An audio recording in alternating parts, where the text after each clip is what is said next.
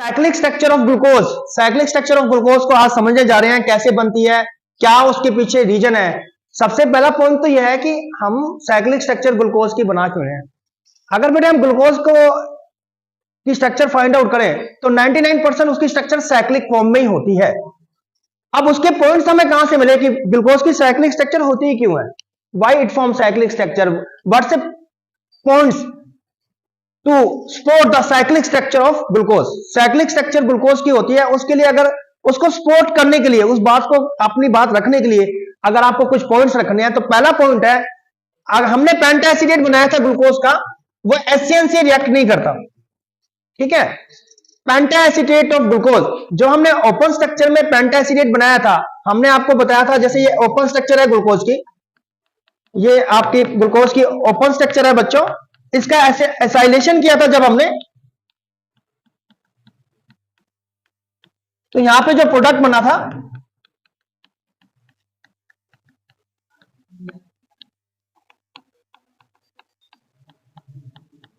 This is A पेंटाएसिटेट glucose.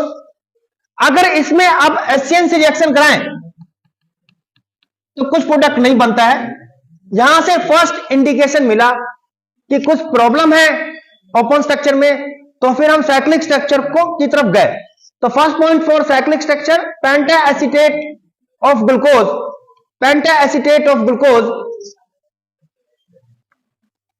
Do not react with HCl। Second point पे क्या बेटा, glucose show mutarotation, this is a second point for cyclic structure of glucose. और बच्चों आप लोगों को पता है, अगर हमारे पास ग्लूकोज के अंदर CHO ग्रुप है, CHO ग्रुप वाले जितने भी मॉलिक्यूल्स होते हैं वो DNP टेस्ट देते हैं। DNP test means two four dinitrophenyl hydrogen. अगर किसी में एल्डिहाइड ग्रुप या कीटोन ग्रुप है तो वो DNP टेस्ट 100% देगा, मगर ग्लूकोज DNP टेस्ट नहीं देता है।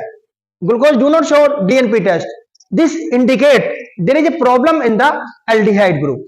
अब जो साइक्लिक स्ट्रक्चर बनती कैसे है ग्लूकोज की, उसके लिए सबसे पहले मैं एक रफ वर्क करने जा रहे हैं। ये रफ एक रिएक्शन है बेटा जो मैं ग्लूकोज के अंदर करूंगा। अगर मैं एल्डिहाइड की रिएक्शन करूं अल्कोहल के साथ, एल्डिहाइड की रिएक्शन किसके साथ कर रहे हैं बेटा, अल्कोहल के साथ। एल्डिहाइड की रिएक्शन के लिए बेटे आपको प्लस माइनस पता होना चाहिए बेटा। इसका आपका माइनस पार्ट हो गया मिथोक्साइड आयन, H पॉजिटिव हो गया। H कहां जाएगा, O पे जाएगा, और नीचे क्या आएगा, OCH3। देखो बच्चों आराम से, नेगेटिव पार्ट प्लस पे जाएगा और पॉजिटिव पार्ट O पे जाएगा। This is a hemiacetal form. अब ये हेमी एसिटल फॉर्म क्या होती है बच्चों, अगर किसी मॉलिक्यूल के अंदर कार्बन पे अल्कोहलिक ग्रुप भी आ जाए और ईथर ग्रुप भी आ जाए, that is called hemiacetal form. और जो इसका नाम है इथेनल हेमी एसिटल, इसका ये नाम है क्योंकि ये इथेनल से बना। अब बेटा मैं अपनी एक बात यहां पे ये रखना चाहता हूं, जो साइक्लिक स्ट्रक्चर होती है ग्लूकोज की वो हेमी एसिडल फॉर्म होती है।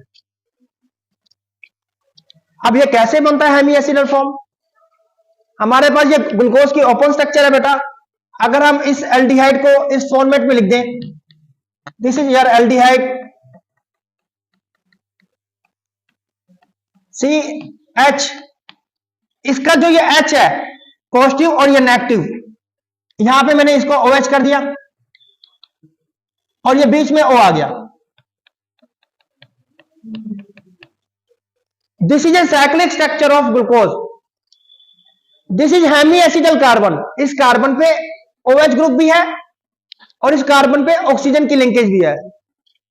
अगर हमारे पास कोई साइक्लिक स्ट्रक्चर आपको दे दे, उसमें हेमी एसिडल कार्बन मिल जाए तो वो रिड्यूसिंग शुगर होगा। ग्लूकोज रिड्यूसिंग शुगर है क्योंकि उसके अंदर हेमी एसिडल कार्बन होता है।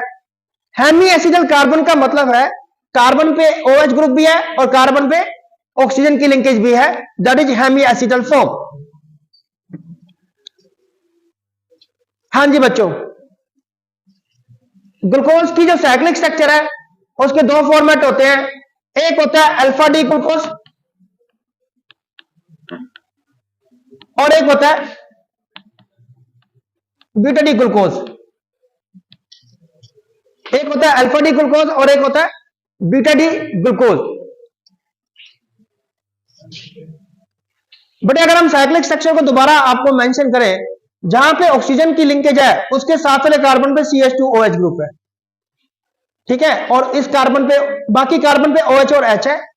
तो अगर आपको मुझे अब याद करवाना है बीटा, अब सब लोग यहां ध्यान से देखें, बीटा डी ग्लूकोज की स्ट्रक्चर मैं आपको समझाने जा रहा हूं। सबसे पहले इस OH को ऊपर लिखो, सेकंड पे OH नीचे, फिर OH ऊपर, फिर से समझा रहा हूं, OH को ऊपर लिखा आपने, OH को नीचे, फिर OH ऊपर, फिर OH नीचे, इसके साथ वाला कार्बन, उस कार्बन पे ऊपर क्या है, CH2OH और नीचे H, यहां सब जगह H आ जाएगा।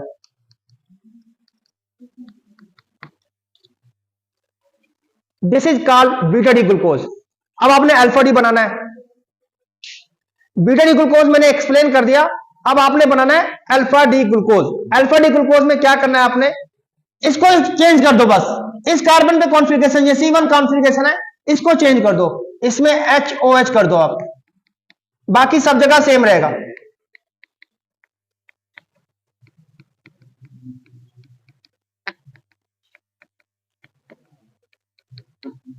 अगर बेटा आपको अल्फा डी और बीटा डी ग्लूकोज बनाना हो तो सबसे पहले आप बीटा डी ग्लूकोज बना लो। अगर एग्जाम में अल्फा डी ग्लूकोज बनाने के लिए भी आ जाए तो पहले बीटा डी ग्लूकोज बना लो।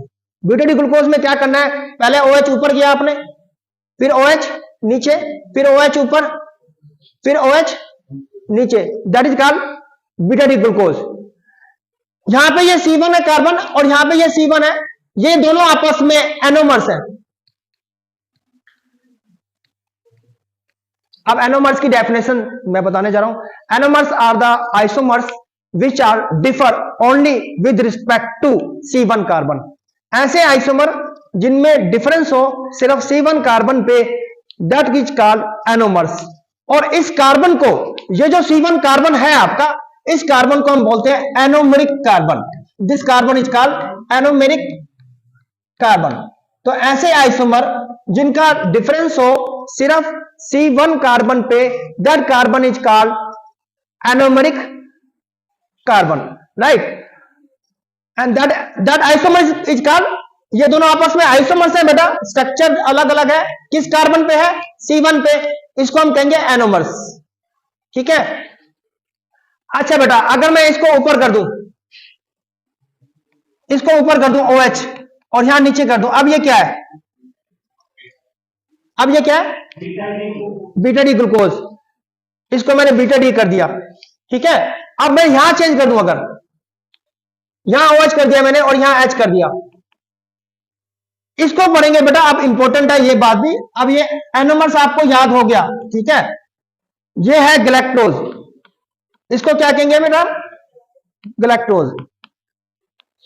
ये 4th कार्बन है बेटे। एनोमर्स क्या थे, anomers are the isomer which are differ only with respect to C1 carbon, that is called anomers. अगर आपको बीटा डी ग्लूकोज बना दिया आपने, अगर आपको बीटा डी गैलेक्टोज बनाना है, जैसे बीटा डी ग्लूकोज है सेम वैसे बीटा डी गैलेक्टोज बनेगा, सिर्फ कार्बन नंबर किस पे चेंज आएगा, 4 पे। जो आपका 4th कार्बन पे OH नीचे है, वहां पे क्या हो जाएगा, ऊपर हो जाएगा। और ये आपस में क्या है बेटा, एपीमर्स।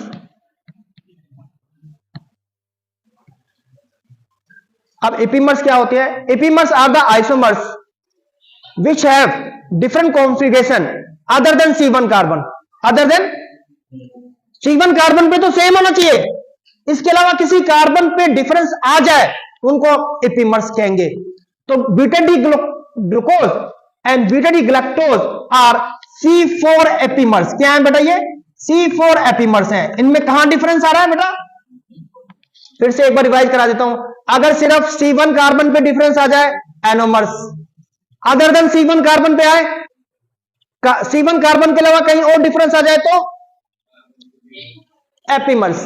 उसको क्या कहेंगे, फिर हम एपीमर्स कहेंगे, ठीक है। हाँ जी बेटा, अब हम जा रहे हैं मेल्टोज की स्ट्रक्चर पे। मेल्टोज की स्ट्रक्चर में समझाने जा रहा हूं बेटा, आपको बहुत ध्यान से देखेंगे आप, और एक डेफिनेशन भी समझाऊंगा उसमें। मेल्टोज का हाइड्रोलिसिस करने पे अल्फा डी ग्लूकोज और अल्फा डी ग्लूकोज मिलता है। मेल्टोज का हाइड्रोलिसिस करने पे हमें मिलता है अल्फा डी ग्लूकोज और अल्फा डी ग्लूकोज। आपको याद करके रखना है, मेल्टोस एक डाइसेक्राइड्स है, मेल्टोस एक डाइसेक्राइड है बच्चों। इसका जो मॉलिक्यूलर फॉर्मूला होगा C12H22O11। इसमें मैंने वाटर ऐड किया तो आपको मिला C6H12O6 प्लस C6H12O6। बात हमने मेल्टोस की है। मेल्टोस का हाइड्रोलिसिस करने पर आपको मिला है alpha D glucose, alpha D glucose के 2 मॉलिक्यूल्स। हमें मेल्टोस की स्ट्रक्चर समझानी है आपको। मैंने क्या किया आपके लिए,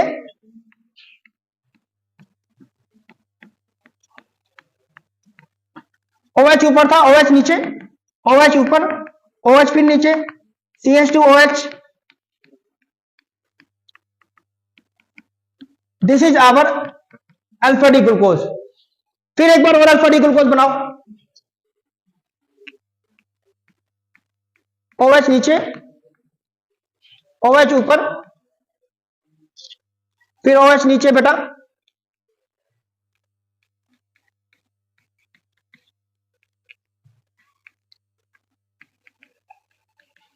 alpha D glucose, alpha D glucose. कितने बना दिए अल्फा डी ग्लूकोज की मैंने मॉलिक्यूल्स? 2 मॉलिक्यूल्स मैंने बना दिए। ये तो मैंने प्रोडक्ट बना दिया, दिस इज आवर प्रोडक्ट। मुझे क्या चाहिए, मेल्टोस चाहिए।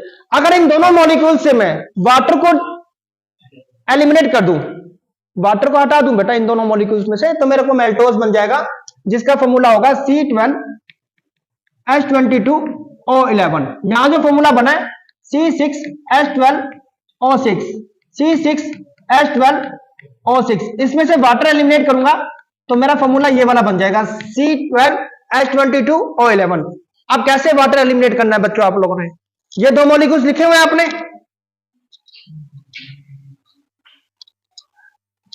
यहां से आपने वाटर एलिमिनेट करना है। यहां से, यहां पे 2 OH थे हमारे, अब आपने क्या करना है,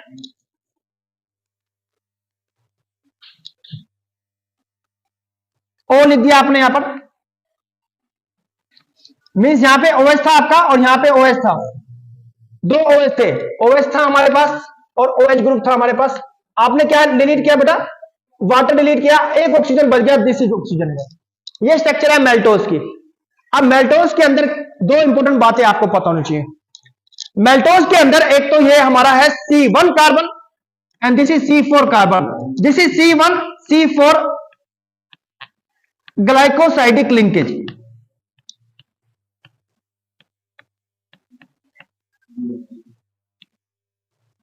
this is C1C4 glycosidic linkage.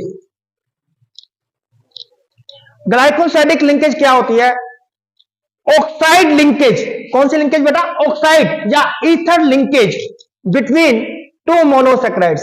2 monosaccharides के बीच में जो ऑक्साइड लिंकेज होती है उसको हम ग्लाइकोसाइडिक लिंकेज कहते हैं। This is a first point for maltose. Maltose के लिए पहला पॉइंट आपको ध्यान में रखना है, मेल्टोस का हाइड्रोलिसिस करने पर 2 moles of alpha D glucose मिलता है। अगर मेल्टोस की स्ट्रक्चर आ जाती है, आपने अल्फा डी ग्लूकोज 2 बार बना देना है और वाटर को एलिमिनेट करना है, आपको फिर ग्लाइकोसाइडिक लिंकेज मिल जाएगी। दूसरी इंपॉर्टेंट बात, अगर हम मेल्टोस की स्ट्रक्चर को देखें तो मैंने आपको बताया था इसमें ईथर की लिंकेज भी है और OH ग्रुप भी है। इसको हम एनोमेरिक कार्बन कहेंगे। इस कार्बन को हेमी एसिडल कार्बन भी कह सकते हैं। This carbon is also called hemiacetal carbon. ये कार्बन आपका हेमी एसिडल कार्बन है बेटा। अगर ये आपका हेमी एसिडल कार्बन है तो मेल्टोस जो आपको दिया गया है ये एक रिड्यूसिंग शुगर है। अगर स्ट्रक्चर में हमें हेमी एसिडल कार्बन मिल जाए किसी भी डाइसैकराइड्स में तो वो रिड्यूसिंग शुगर होगा। Reducing sugar are the sugar which reduces Tollens reagent and Fehling solution. अगर मैं सुक्रोज की स्ट्रक्चर बनाऊं, अगर मैं सुक्रोज की स्ट्रक्चर बनाऊं आपके सामने, सुक्रोज की स्ट्रक्चर में हेमी एसिडल कार्बन नहीं होता। Sucrose is not a reducing sugar. Sucrose is not a reducing sugar because it do not contain any hemiacetal carbon. तो बेटा हेमी एसिडल कार्बन बहुत इंपॉर्टेंट है देखने के लिए कि क्या वो रिड्यूसिंग शुगर है या नहीं है। नेक्स्ट पॉइंट पे जा रहे हैं बेटा।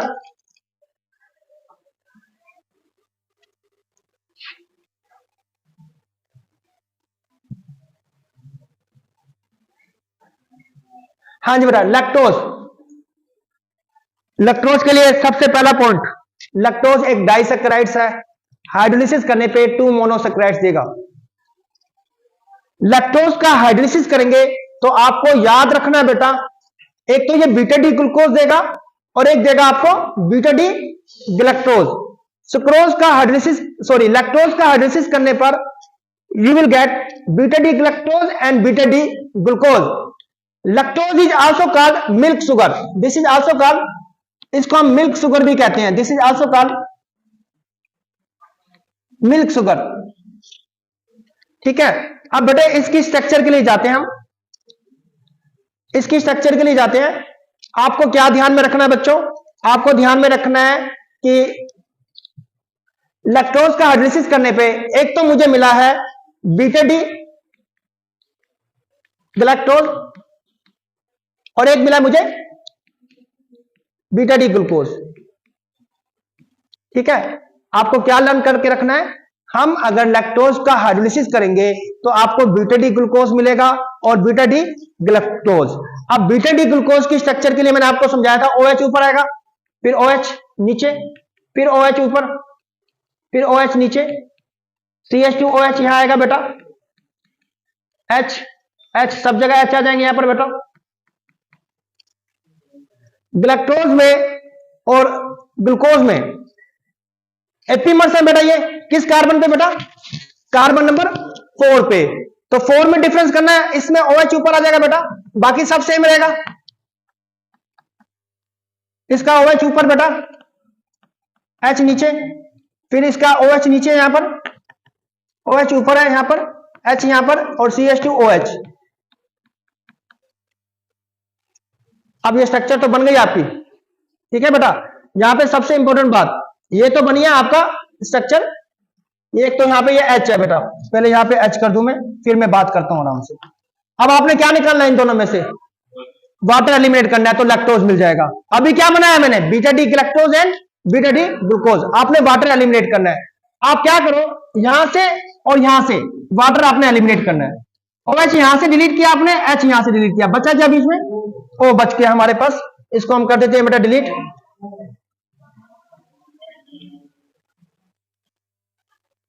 ठीक है, तो यहां पे क्या बचा हमारे पास, इन दोनों के बीच में ऑक्सीजन बचा। This is called glycosidic linkage, किस कार्बन के बीच में है, C1C4 के बीच में। सो लैक्टोज के अंदर कौन सी लिंकेज होती है, C1C4 ग्लाइकोसाइडिक लिंकेज। क्या लैक्टोज मिल्क शुगर है, सॉरी क्या लैक्टोज रिड्यूसिंग शुगर है, इसके अंदर ये हेमिएसिडल कार्बन है, ईथर की लिंकेज भी है और OH ग्रुप भी है, OH ग्रुप भी है, ये आपका हेमिएसिडल कार्बन, ये साफ दिख रहा है बेटा मुझे। So lactose is a reducing sugar, lactose जो है वो रिड्यूसिंग शुगर है। ठीक है,